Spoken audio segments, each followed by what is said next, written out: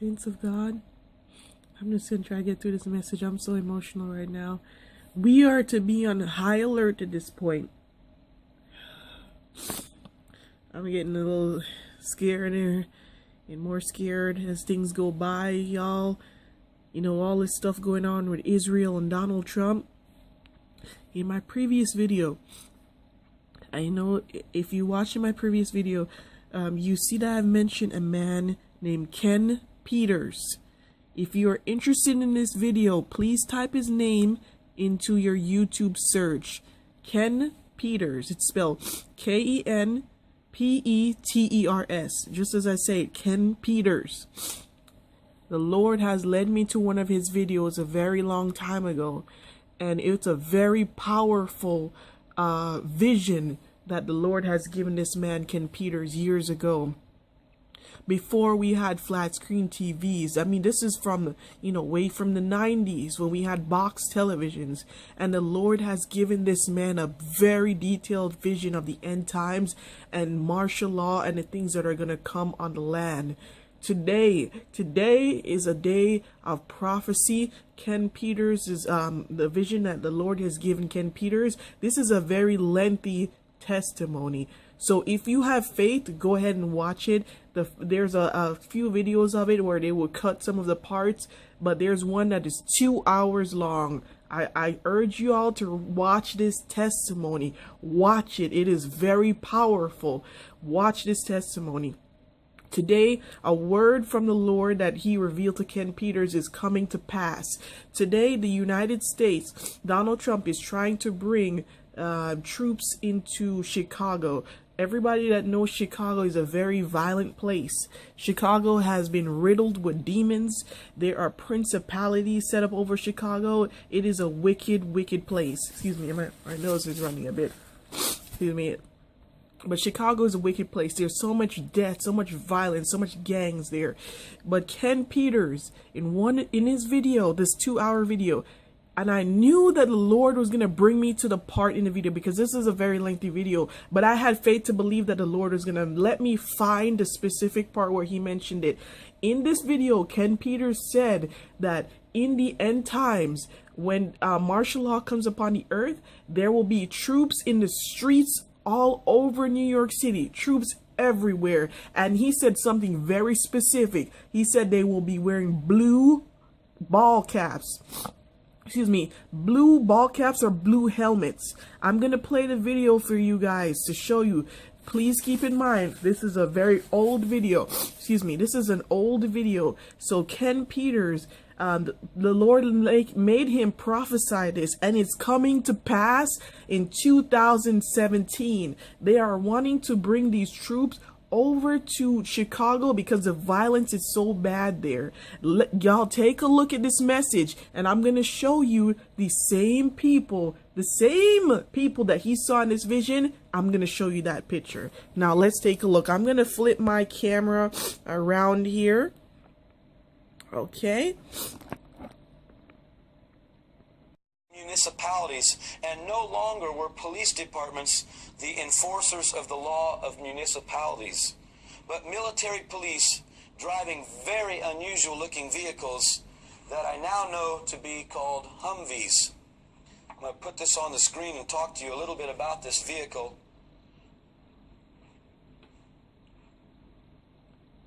Can you see that good? Should I come up a hair, or are you okay? We're okay. I'm going to do like Stan does here. Let's see. Hey, look at that. Oh, I have to hold it. Okay. This is classy. I like this. These vehicles I saw looked a lot like this vehicle, except that they weren't green.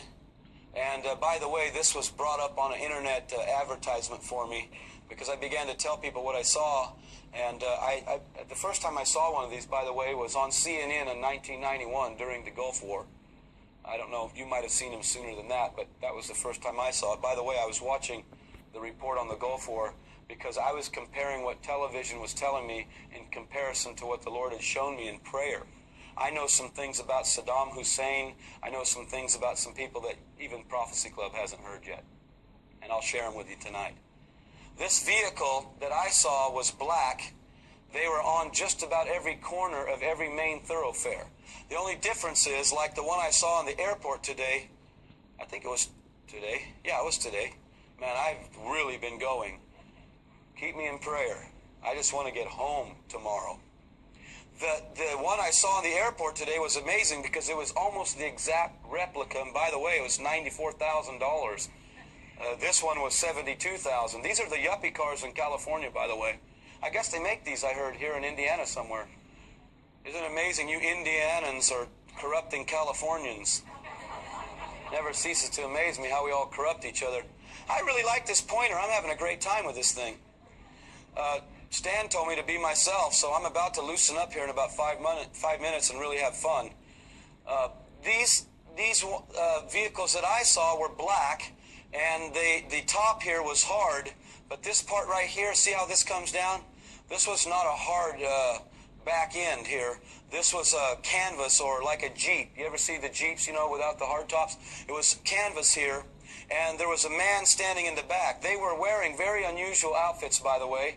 They were wearing black uniforms and blue ball caps or blue helmets. The man that was standing in the back here was wearing a blue helmet. There was a big radio antenna or some sort of a device here and a flag on the other side. And this guy was standing up here, and it looked like he had some big gun standing here. Stan asked me if I thought it was a machine gun, and I said, yeah, I think it is. But I don't know, because I've never actually shot a machine gun or seen one. I did have an AK-47 at one time. That was a lot of fun to shoot crows with, I'll tell you. But it was not a machine gun. It was a automatic version, so you could only pull the trigger. I don't know if that's what it was. It looked to be one. But again, I would be embellishing if I said, yeah, I'm sure it was a machine gun. I don't know. All I know is these guys were everywhere. Another thing I was able to see is I was able to look inside of here, and on the inside of there was a, what I know now to be a laptop type of computer sitting on the dash with a computer screen that seemed to look much like the airplane I rode in today, a Canada Air regional jet that had all new digital GPS that just completely draws the picture for them so they follow without gauges. You could look into this computer and it would give them all sorts of information. You know, when I got my last California driver's license, I almost didn't want to take it. In California, we have holograms on the seal of the state and a strip of magnetic something on the back, and then another thing with a whole bunch of information. They say, I've been trying to get mine to thrash out, you know. I put it in eelskin wallets and put tin foil around it, and I just want to mess with them. I figure we have a little bit of time to mess with them, we might as well, right? Look, folks, they already know all of us. As soon as you join Prophecy Club, they know you. It's a dead giveaway, let me tell you. And so these guys were able to get in here and use these computers, these onboard computers, to have information. At the same time I saw this, I saw street light standards, the kind like we have in California that really, you guys are still kind of old-fashioned out here. You have those wires that go across intersections with old lights hanging on. We have these huge standards that hang out. On the top of them, I began to see cameras, little white oval-looking, hot dog kind of looking cameras. And in the dream, it was revealed to me that these cameras knew the whereabouts of everybody's vehicles. And, you know, they tell us, because people have been asking in California, hey, why do you have these cameras on the freeways? You've told us that they're for traffic control. But there's no street lights on the freeways, folks. You know, you can drive from where I live clear down to San Diego on a freeway and never have a light. Why do they need those? And you think about it for a minute. These guys knew our whereabouts. They were parked on nearly every main thoroughfare. They knew your whereabouts, and what was unusual is they were fairly peaceful. I'm going to take this down. We'll get to some other things in just a minute here.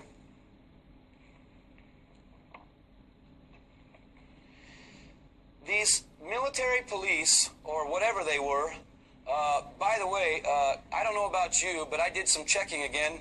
In 1980, 1981, there were no blue helmets on any military in the earth.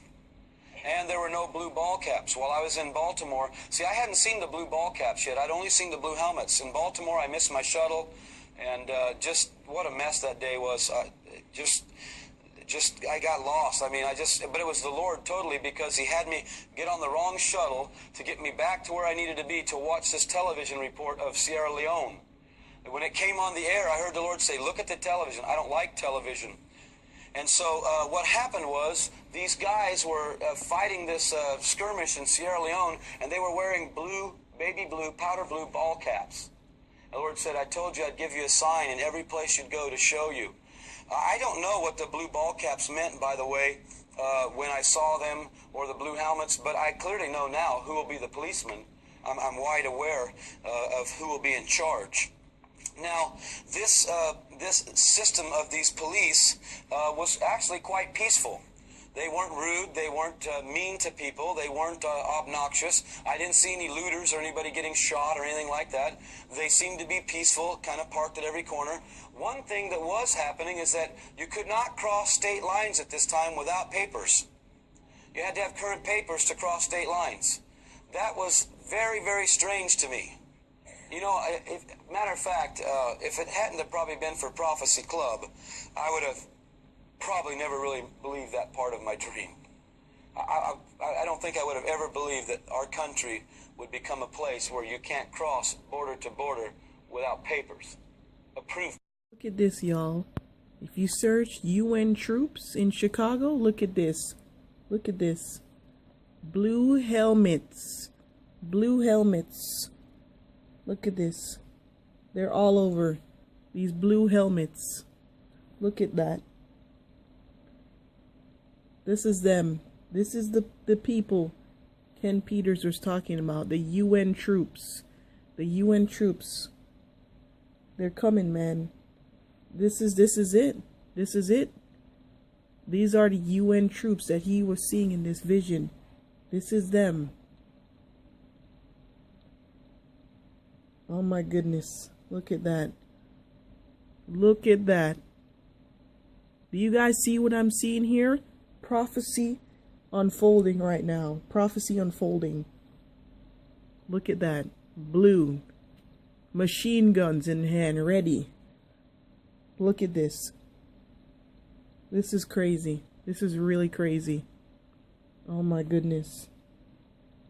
And these people are going to be filled in the streets. They're going to be all in the streets. You'll remember President Trump offered to provide federal help to Chicago to reduce its homicide rate, one of the highest in the nation. Well, the city's Democratic mayor, Rahm Emanuel, said no way he wanted the National Guard roaming the Windy City. Well, now Cook County Commissioner Richard Boykin is proposing a bold idea. He's calling for United Nations peacekeepers to come and patrol the streets of Chicago. Boykin flew to New York today to discuss his request with a UN official. Listen to this. I'm hoping to appeal to the UN to actually come to Chicago and meet with victims of violence and maybe even possibly help out in terms of peacekeeping efforts.